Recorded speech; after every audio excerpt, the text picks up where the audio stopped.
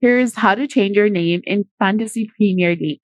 So go to the official website of premierleague.com or fantasy.premierleague.com, log into your specific account, and after that, click on your profile picture icon in the top right corner of the screen. Click on My PL settings. Once you're here, you need to go to the section of personal details, and here you'll get the option of first name and your last name. So go ahead and enter the first name that you want to set. You can also select your gender and your country of residence from this page. Then click on Save and you'll be done. Furthermore, from the Premier League settings, you can also change your email address and go through the account security section as well or manage your account.